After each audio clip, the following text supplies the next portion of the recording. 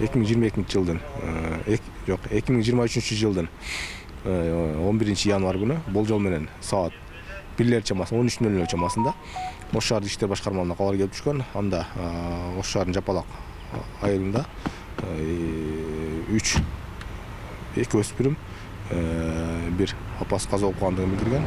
Аталган жайга Ош шаардык иштер башкармалыгынын ыкчам тергөө тобу чыгып барган учурда ал жерде өзүнүн атасы ошол каза болгондордун атасы болгон болот. Ал атасына алгачкы берген көрсөтмөсүнө караганда ал үйүндөгү өзүнүн келинчегине чалган учурда телефону албагандыгына байланыштуу келсе, ошондой окуя болгондугун байкаган.